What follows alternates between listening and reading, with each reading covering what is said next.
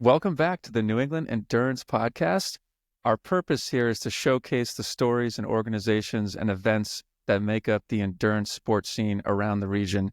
And I'm Art Tripotsis, and today we're diving into the world of track cycling here in New England. And we're chatting with two folks from the New England Track Cycling and also the Northeast Velodrome based out of New Hampshire. And today we've got Dave LaFond, the president of New England Track Cycling, and Jed Kornbluh, board member at large. Welcome, guys. Thanks, Art. Thanks, Art. Thanks for having us. So Dave, first I want to do some intros. So Dave is from New Hampshire. He and I are both New Hampshire boys. We've been racing since the late 90s. Dave and I used to race on NEBC.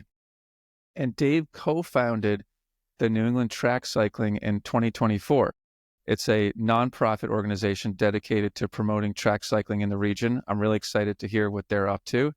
And interestingly, he did his capstone MBA project on maintaining a velodrome in New England. So this guy is like a resident expert. We also have Jed Kornbluh, he's also a big cyclist. He's originally from New Jersey. He was born into a cycling family. His parents were event and race promoters in the 70s and 80s, and they own a tandem bike shop called Tandems East. That's very cool, Jed. And he was a racer himself. He started racing back in 99 at Trexeltown, Pennsylvania, where they have a track otherwise known as T-Town. And now he works in a nonprofit sector. So these two gentlemen, they're working to take on the operations at the Northeast Velodrome with the shared goal of making the sport more accessible for all levels of riders and welcoming a cycling community. So I'm really excited, but let's kick it off with the basics. Jed, I'll start with you. How would you say track cycling differs from road cycling, aside from racing or riding on a track? Wow, how much time do we have? I think the primary difference is a track bike and a road bike look very similar, but you can take a bunch of components off the road bike. A track bike is a fixed gear, so there's no freewheeling. So when you backpedal, you go backwards, and it has no brakes. So gear selection. No brakes. So you pedal forward, you go forward. You pedal slower, your speed decreases. So you use your legs and you use the banking of the track to modulate your speed. But the great thing about track racing is that everyone else is in the same position. And the one bit of equipment strategy that you have going into a track race is the gear choice. That's so the one thing that one gear. You're stuck in one gear. That's right. No shifting, no changing mid-race. You pick your gear based on the event and based on your ability to spin that gear up. So how do you slow down after the event? Everyone just sort of eases off the gas, so to speak. You can lower the cadence, take a lap, or just basically stop putting pressure on the drivetrain. And the bike will slow itself down. Then you glide onto the apron or the interior of the track and head to the infield. Or in our case, with the Northeast Velodrome, we'll spin around and head back up to the top of the track where we've got our in and out area. Very cool. So Dave, how did you first get involved with track cycling, and what drew you to the sport? I knew you as a roadie back in the late 90s. So how did you get into track? Well, I'd always been interested in riding in a velodrome, and Tony Eberhardt had started the, original incarnation of the velodrome at the site we use in Londonderry, and my kids were probably 5-6 years old, and I brought them down for the juniors program that he would run there. And then they kind of got me back. So I had taken a break from cycling because the kids were young, and they had got me back kind of cycling. So I kind of got back into my cycling career with my kids. So they participated at the velodrome until kind of it had stopped operations late 2000s, I think. So what exactly is the New England Track Cycling Organization? And, tell us why you decided to form that this past year. So we formed the organization essentially to take over operations of the Northeast Velodrome. I think, Catherine Snell had been managing and operating that on pretty much on her own. And over the last few years, there's been a group of us volunteering to help her, keep operations going. And she's been wanting to step down. And so we decided to form a nonprofit. So it wasn't the responsibility of one person. Like she ran it under an LLC, so it was her social for a bank account and all that stuff. So it's truly a run by the cycling community, not by one person. And there's some advantages with being a nonprofit.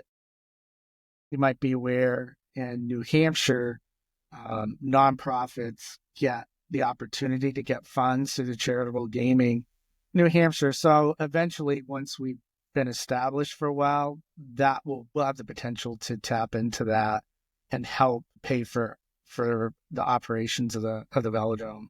Very good. So the nonprofit is essentially a vehicle to be able to raise funds and to basically Yep. operate the velodrome. So, Yep. so you guys are sort of one and the same. Pretty much, yeah.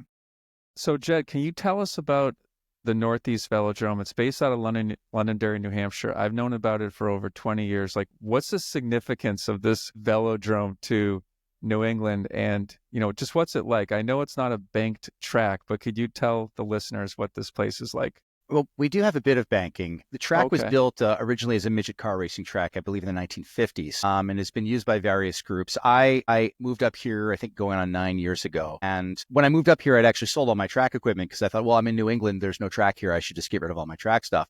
And then about a year later, I heard about this track and got curious and came up. Dave, correct me if I'm wrong. It's a 14-degree banking. Yes. At its steepest, which is, I think, a continuous banking all the way around. So it is a 333. There's a couple different ways that we can measure the track, but we've got it down to, we've got our measuring line so we can actually run real events there.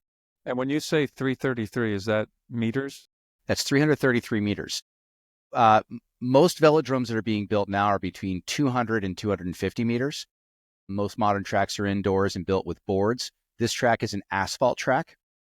So we have to deal with New Hampshire frost heaves when we get out there in the spring and have to do some track repair. But an asphalt track has got some advantages, and a low banked track has got some advantages, especially for beginner riders. The only limitations that we have on the track are really maximum speed. Because the banking is low, a track that's got a very steep banking is designed in a way for speed control. So we can, on a track like at Bromont, which is a 250 meter up in Quebec, that's fairly steep. It's over 40 degrees in the bank. So as you're coming through the corners, through the turns, you can feel the G-forces at speed pushing you into the track. It's incredible. And how fast are you typically going when you feel those G-forces? You're going close to 40 miles an hour. You actually feel them when you're in the high 20s and mid 30s. Yeah. It's an experience like none other. Even the amateur cyclists of the world. Yeah. Folks that even are, the amateur cyclists, 50 plus years old, will get up there. Dave and I were up there a couple of weeks ago doing a training weekend, and it was my first time there, and I was just blown away by the quality of that facility, which is something we'd love to have here in New England. Now, our track, while we don't have the banking and we don't have the concessions and the beauty of the indoor facility, we still have a great track. Our limitations are the banking and the weather. We're out there. We now have a lease that's 365 days a year, upgraded from just being operating during the warmer months of the year, which means we've got complete control of that place 7 days a week and can run events beyond just the few that we were running when we were sharing it with a group of karters. As it was originally a track for midget car racing, it was very attractive to karters. And when I say karters, I mean high performance go-karts. Got it. Okay. And so we had a fairly good relationship with the karting groups over the years, but we decided to make the move to have the track for the majority for the whole year now, and that's allowing us to expand our programming. So let me get back to the low banking. One of the advantages of the low banking is it's very beginner friendly. Anyone can show up at the track and go through our simple certification process, where we essentially assess you, teach you how to ride a fixed gear because it's different from riding a bike with a freewheel, standard road bike, and teach you the rules of a track, what the different lines on the track mean, and how to use the track's banking as shallow as it is to your advantage when you're training and racing. So let's break that down a bit. So what events do you run for cyclists when the season starts, and when does the season typically start? Dave, you want to take that one? Yeah, I can take that. So typically we run races from May through end of August. And like Jed said, we've expanded our lease over there. So we'll probably start this year with some events in April, including the certification classes that Jed was just talking about. And we'll probably go through into September, and then maybe some fun events like a Halloween race or like a Thanksgiving event, just for fun later in the fall in 25. Is the track open 7 days a week? It can be. We have membership levels that. Tell me about that. We haven't finalized this, but historically we have different membership levels. So you could become a full member, you get access to the track whenever. So you can practice. You can practice on the track. Yep, you can go up and train. You'll get a key to the track, to the facility, so you can let yourself in. Oh, that sounds interesting. And so typically the events that we run on Sunday, probably the most formal events that we have, it's Omnium racing, which means there's probably 4 or 5 different events, and you get points depending on how you place in each event. And the winner for the day. Yeah. Let's break that down. So sure. Let's take this kind of slowly here. So Sundays, what time are folks showing up? Racing has in the past started at 10 o'clock. So gates open at 9. Racing starts at 10. All right. So you show up at 9, you get your bike ready, you warm up. Mm-hmm. And Jed, what's the first race that goes off at 10? Well, it depends on the week. Because we're volunteer run, we rotate responsibility for the race program based on the member who's going to run the race. If let's say we were to do just a standard international Omnium, there will be a points race where there's a set number of laps. Depending on the number of laps at a certain interval, whether it's 5 or 10 on the 5th or the 10th lap of say 40, we'll have points spread out. So the first 3 riders across the line get those points, and then there's points spread for the final sprint. That's a great endurance race. So the Omnium is the combination of all of the events. Each event is scored. So if I win the points race, but I don't win the elimination race where the last rider of each lap gets pulled, and I don't win the following race, I move down the order of the Omnium scoring. So it's Got it. Folks will use we'll look at the schedule. We try to post it ahead of time, and maybe it may not be in your best interest to go out and try and win all of the events. You may want to be a little bit cagier and reserve some of your energy. You got to be strategic. Yeah, absolutely. So, okay, so Sunday, there's an Omnium, and that consisted of 5 races? Generally 4.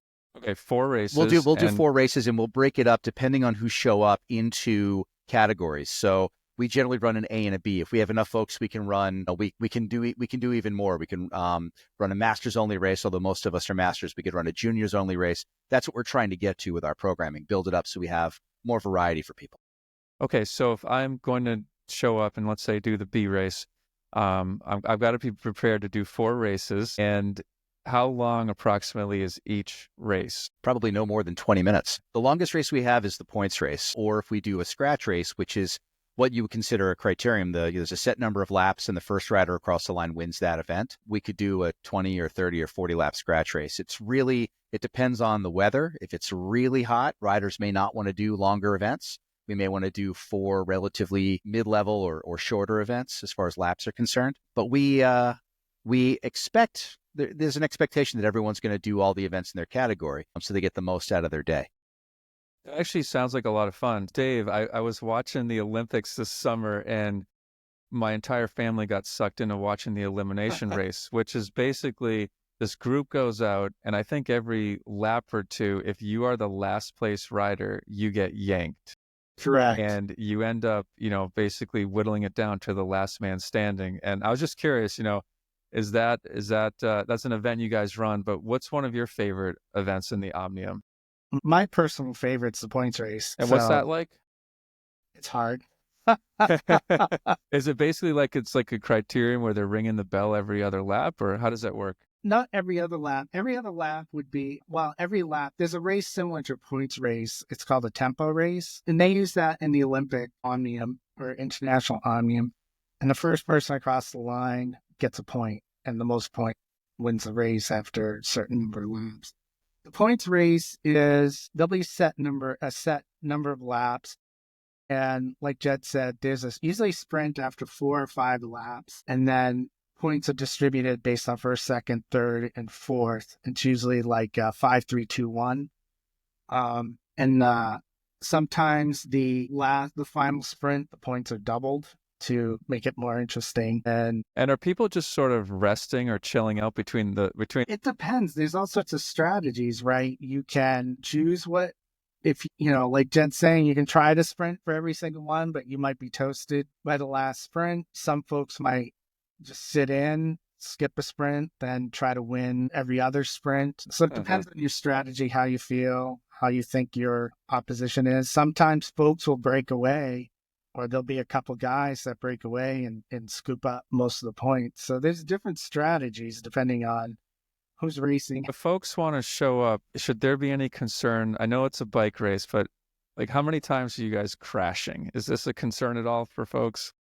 I don't think we had any incidents last year that I can recall of. So pretty safe. Like the training we provide people, like the number one thing is safety. There's etiquette to make sure people are riding and racing safely. It is different. There are no brakes on the bikes. But like Jed said, we're all in that situation. So nobody's going to brake check in front of you or anything like that. Okay, so Jed, that was Sunday. What happens the other 6 days of the week up at the track? We've got Tuesday night racing. And this is all based on our 2024 calendar. We're still finalizing the 2025 calendar, and we can talk about some of the things we'll be doing this coming year. The Tuesday nights are a little bit more casual. So it's sort of whoever shows up, we build a program and folks race. What time is that at typically? That's at 6 p.m. Is that right, Dave? I live in Connecticut, so I skip the midweek races. I only show up on the weekends. It's a little far for me. And Thursday nights we do timed events, so time trials and sprint practice. So Thursdays are more for time trial training for the folks that are interested in doing the 500 meter or the kilometer, which is what would be considered the standard individual time trial for track racing. I think I'd like those the best. Yeah, those are fun and require a lot of discipline. And a lot of the practice is in how you start those, because having a clean start when you only have a lap and a half or 2 laps to really race and get on top of your gear, that start is crucial. You can lose a lot of time with a poor start. We've got Tuesday, we've got Thursday, we've got Sunday. Those are the 3 days of the week the track is open. Is that it? Am I missing anything? That's it for now. But we are building the schedule for 2025, and we're hoping to do Mondays and Wednesdays as well for informal training, as well as try the track clinics for folks to come out, especially in the early part of the season. We want to try and get people as comfortable with the track, especially beginners, in the early part of the season. When I say early, I mean April and May, so that we have more riders coming out in the later months in July and August, when we have a lot of open spots on the calendar as far as road racing is concerned. Traditionally in New England, you guys probably know this, we haven't had a whole lot of road racing in July and August. One of the things that we're going to try this year is all of our racing is run unsanctioned, meaning we don't use USA Cycling officials or sanctioning for our races. Our insurance is through ATRA, American Track Racing Association. Okay. Which is what a lot of tracks in this country use. But we are going to test a couple of events this summer with USA Cycling licensing and officials. We'll have a warm-up event for sometime in July to sort of test it. And then we're going to host a New England Championships in August. Interesting. Yeah. Wow. Do you guys collaborate at all with the New England Bike Racing Association? Do you use any of their services or anything? Well, we are a member of NEBRA, or at least they advertise our events. We've got some, Alan Atwood is is their board president. He's on our board as well. So we try to push out as much information to NEBRA as possible to try and spread the word about what we're doing. Excellent. So Dave, what are some of the challenges of maintaining and promoting a velodrome in today's world? I think for us, it's getting the word out and getting folks to come up. I think Jed mentioned that, if springtime comes, we'll go through and assess the condition of the surface. We'll go through and make some improvements there depending on the condition. We are planning to do some more maintenance for the upcoming season. There's no running water. It's pretty primitive, unfortunately. Okay. We do have porta potties and stuff like that. We do set up racks and pop-up tents, so there is shade. There's actually a nice shady spot that we're going to improve this coming spring, so that we've got another place for people to hang out. It's actually the only spot that gets real natural shade along the track, and it's a really great place right between turns 3 and 4 to watch racing. So that's one of the improvements we're hoping to make. What would you say to a cyclist? And I'm sure we all have a lot of mutual friends who are cyclists and athletes who have never tried track cycling. What would you say to them to get them to come up and try this? I think that track racing is, I say this all the time, that every bike racer should try track racing. It will improve your racecraft. But I don't have the gear, Jed. You don't have to. We've got rentals. Come on up. We've got Tell a me- whole tell me about that. container of bikes. So we've got bikes in most sizes. Obviously, we lack some of the really small or really large sizes. But if you ride anywhere from a 52 to a 58 centimeter bike, we've got bikes for you. And I believe we have a couple of small and big ones that we can loan out. We're working on getting some Wow. smaller ones for kids. So we maintain the fleet. We go through each spring and make sure the chains are waxed, the hubs are greased in good shape. And I've got a pile of chain rings and cogs to change up the gearing. But Interesting. we'll size you up at the track on a set of rollers with a fork stand and make sure that your bike is size appropriate before we send you out. So do I bring up my shoes and pedals? Yes. So you bring your shoes, pedals, helmet, and whatever you're going to wear for the day, and we provide the rest. Oh, that's fantastic. So, okay, so you're taking down the barriers here. So a Tuesday night, the race starts at 6. How much does it cost? What time should I show up if I need to rent a track bike? Well, we want to give you about an hour ahead of time. So we'll open the gates around 5. If you're renting a bike, we'll need to know ahead of time so we can make sure that bike is available. It usually is, unless we're running a clinic that night as well, which we try not to do, but we'll come out ahead of time. One of our volunteers will help you get sized up. Hopefully you've already gone through our certification process. We're going to be more strict about that this coming season. We want to make sure that everyone who's racing on our track has all the tools that they need to have a safe evening for themselves and for the other participants. So how do I let someone know that I need a track bike? Is there a registration page? Is this on There Bike is. Red? Yeah, you can register right on Bike Reg for that evening's event and select bike rental when you're filling out your registration form. With regards to the certification, so that's something a cyclist should do before they show up on race day. Is that what you're saying? Yeah, that's right. Every velodrome has their own process, and the Okay. registrations the certifications are generally not portable because each track has a different surface, a different degree of banking, and really there are regional. Usually, the dialect that we use on the track is the same all over the place, but there are just regional tastes. Dave actually worked pretty hard on developing a curriculum for track certification with Mark Lamry and one of our other volunteers, and we've been refining that. Maybe Dave can talk a little bit more about some of the clinics that we ran in 2024 and the success that we had. Yeah, sure. So we do have a curriculum together. Part of the curriculum, it's kind of split into 2 pieces. So part of the curriculum is getting folks just a quick introduction on a track bike, like we talked, maybe a little bit more in depth than what we talked about here. And then just getting folks on the bike themselves. One of the challenges some people find is just clipping in the bike, just getting started because you can't coast. I think it's about an hour and a half, 2 hours. It depends on the group of folks. If folks pick things up quickly, we can run through the curriculum quickly.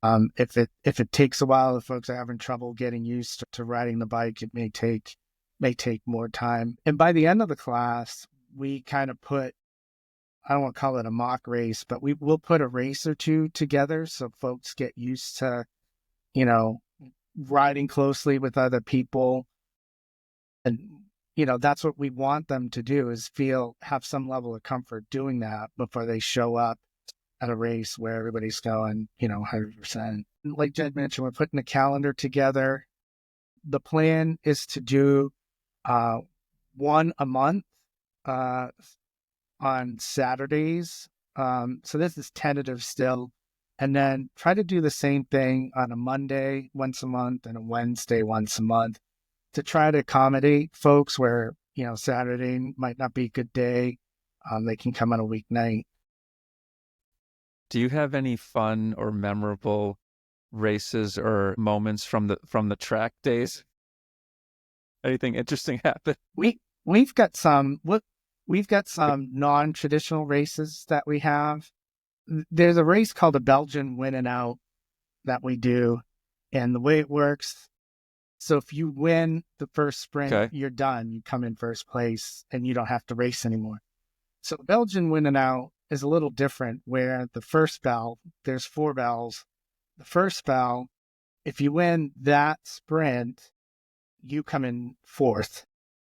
And then the next bell, you come in third, second, and then the final sprint, you either win the race or you come in fifth. So we were racing and the Belgian winning out, and you're kind of sizing up, am I going to come in third? Am I going to come in second? And me and another rider got away in the breakaway, and we were pretty clear of the field, and it got to the sprint lap, and it almost turned into a track stand because we were trying not to cross the finish line so we could get a higher placing. Cool. What about you, Jed? Any moments of Yeah, interesting? I enjoyed torturing my my fellow members a couple of times this past summer. The points race, like Dave, is my favorite event. And one of the tricks with the points race is that if you lap the field, you gain 20 points. So everyone else is basically riding in a deficit. So what I like to do is jump early and see if I can take someone with me. So that we'll trade pulls, we'll gobble up points until we catch the field, and then I'll sit right behind the field so that I'm still in the first position and gobble up those points until we're maybe one or two to go. And then I'll connect with the field, get my 20 points, and lock in my win. And it's incredibly frustrating to the riders that are in the field because they're looking back, and we're having a great time. We're working really, really hard, but we're really frustrating the rest of the field. So I end up becoming a not very popular guy on those days, but I just can't help myself. It's too much I know fun. whose wheel to follow when I show up. So are you guys aware that we have a local gold medalist when Kristen Faulkner, she won the track pursuit event this past summer, and she's actually from the area. We went and met her at the Andover Academy, and she gave a talk there, and I realized that she's been training sort of south of Boston. Isn't that kind of cool? We got to get her up to the track. We do. That would be great. Awesome. So back to the logistics of the track. So anyone can show up. What is the cost? It ranges. I think we were $20 or $25 last season for a drop-in race and $15 for a rental.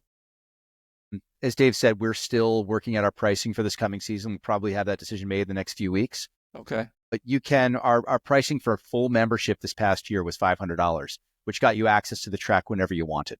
So this all sounds very reasonable to me. It is, especially when you break down the fact that we have currently the track schedule is open 3 days per week. And if you're a full member, you can show up at any time. And, it's up to you to make sure the track is clear of debris. We've got a leaf blower there. You can use that and do a few laps around the track. And you can go and train at your, at your leisure. Okay. Can I bring like 10 of my friends with me, or is that No. Okay. No, we want everyone to be a member because everyone's got to have a waiver signed. We want to know who's at the track. And we want to make sure that you're insured so that we're protected and so are you. Makes sense. So here's something we like to ask folks who are in the endurance community. Are you guys doing anything, or is it part of your vision to do something that supports or helps grow the cycling with our youth? Any programs in development or anything like that? Yeah, so I spent a lot of time. I'm the former director of the Connecticut Cycling Advancement Program, and I know you interviewed Brian and Ben not long ago, but I was between Dave Hoyle and Brian. So I was there from 2019 to 2022, and left to stay in the nonprofit world, but to basically step out and enjoy cycling again and continue coaching kids. The reason I'm saying this is some of us have a good background in youth development, whether it's fundraising or coaching, and we would like to try and bring more young riders in. This past season, I believe we had 3 juniors throughout the summer show up. One came out on a pretty regular basis, who's actually a local from the Boston area, Lex Pacillo, discovered track racing and had just a killer season with us. That's fantastic. Became sort of our mascot. He was one of the gang for the summer, and along with his mother, Francesca, who's a big supporter of what we do. Well, here's a crazy idea. There's one of the interviews we did with Community Rowing. They're based on the Charles River, and they collaborated with some of the Boston public schools to basically add rowing to their curriculum as sort of an extracurricular. And I just thought, what if you took some schools from Londonderry, Derry, Pelham, wherever it might be around there, and maybe you had like a track day, or I don't know, just spitballing here, but that would be really cool to get some younger folks aware of what even track cycling is. We'd love to do that. Our only limitation of the number of rental bikes that we have that would be sized appropriately for the kids. We would love for a sponsor to step up and help us obtain some smaller sizes so that we can accommodate more kids and build a youth program. Right now, I think that the shortest rider that we can really accommodate would be around 5'2". So if we could get some smaller bikes, we could absolutely build a great collaboration with the local school systems and have a youth cycling program there. Yeah, and get some of the underserved communities involved. And I don't know, this could be kind of fun, but I understand your need for sort of that lead sponsor. Dave, were you going to add anything to that? I didn't mean to cut you off. I was going to add two things. One of the things we're looking into for this year, at least to get youth involved, is to potentially host a kids race at the velodrome.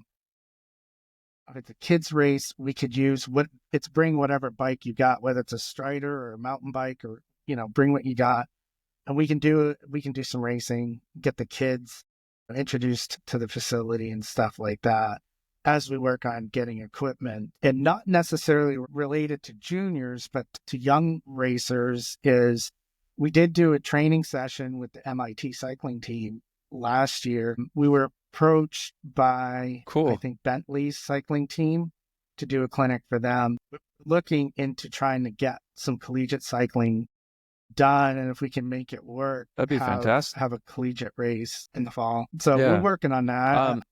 So what's your vision or your goals for the next, let's say, 5 years with the velodrome? Where do you hope it gets to? I'd like to see us get to, expand the racing and get to the point where we can have a number of fields on the big race days, at least, like on the Sunday racing, have women's specific field, have masters and fields and junior fields and stuff like that, and have it be a place where folks can come on a regular basis and race.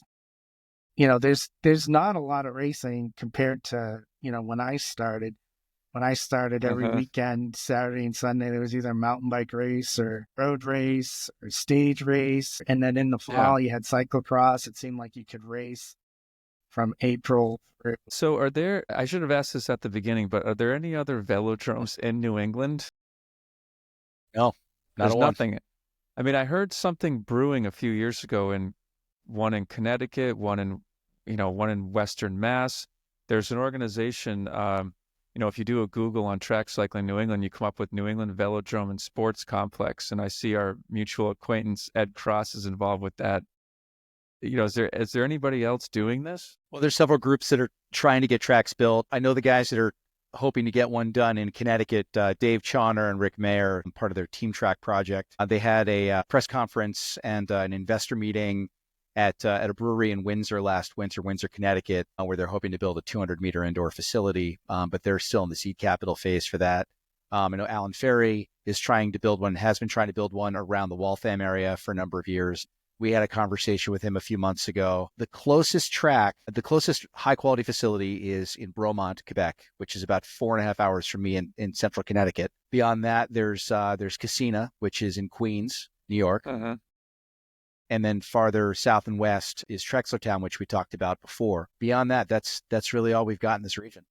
I mean, it's amazing. We've interviewed so many different cycling groups for this podcast, and the fact that there's no real legit indoor velodrome is baffling, but maybe it has to do with the economics. But I'm really grateful that the Northeast Velodrome at least exists, and that, you guys are really putting a lot of effort into that. So that's really exciting. If you could implement one major change to elevate the sport in New England, what would it be? I'd want to build an indoor facility within an hour of Boston.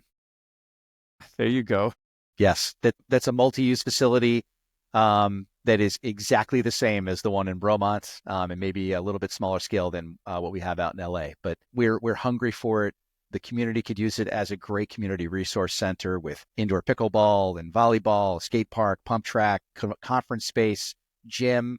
The velodrome is only one part of that, and we just need a few pockets of change in the millions of dollars to make this happen. That's fantastic. So, Dave, is there anything else that we needed to cover today and we didn't, or that you wanted to mention or plug for the millions of folks listening today? Definitely check us out if you're a cyclist. You talked about it earlier. I think everybody, if you're an avid cyclist, should come and see what we're doing. Take the clinic. It might not be for you. We've had folks come and it was definitely not for them, which is fine, but I think you should come try.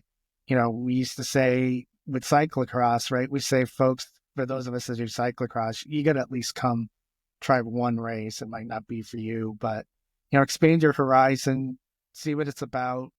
At the very least, when you watch the Olympics 4 years from now, you'll understand what the athletes are doing, what the races are Dave. about. Yeah.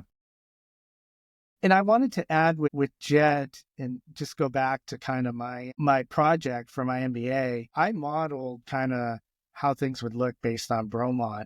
In addition to what Jed just said, as in Bromont, they have outdoor facilities as well for cycling. Oh, So interesting. they have a BMX racetrack, pump track. They've got a freestyle. They've got mountain bike trails out there. So they do all sorts of stuff year-round, indoor, outdoor. Kids get involved, especially with the mountain biking program and the BMX track that they have. Ideally, it would be great if we could have the space to do that in addition to, the actual facility, the building with the velodrome in it and, the gym and the pickleball courts. At the very least, I might need to make a road trip up to Bromont to see what's going on up there. Let us know. We're going up there a few more times. Yeah. Jed, is there anything else you want to mention about the track or about New England track cycling in general? Yeah. So I hope that through this conversation, your listeners discover that we're friendly people, and the rest of the folks that come to the Northeast Velodrome are just as friendly, if not more. We want people to come and discover the track. We will answer every question. We will help you with every gear choice, every equipment selection. If you're ready to buy a bike, we'll help walk you through that. But we're here not just to host races. We're here as a community resource to turn more people onto track racing.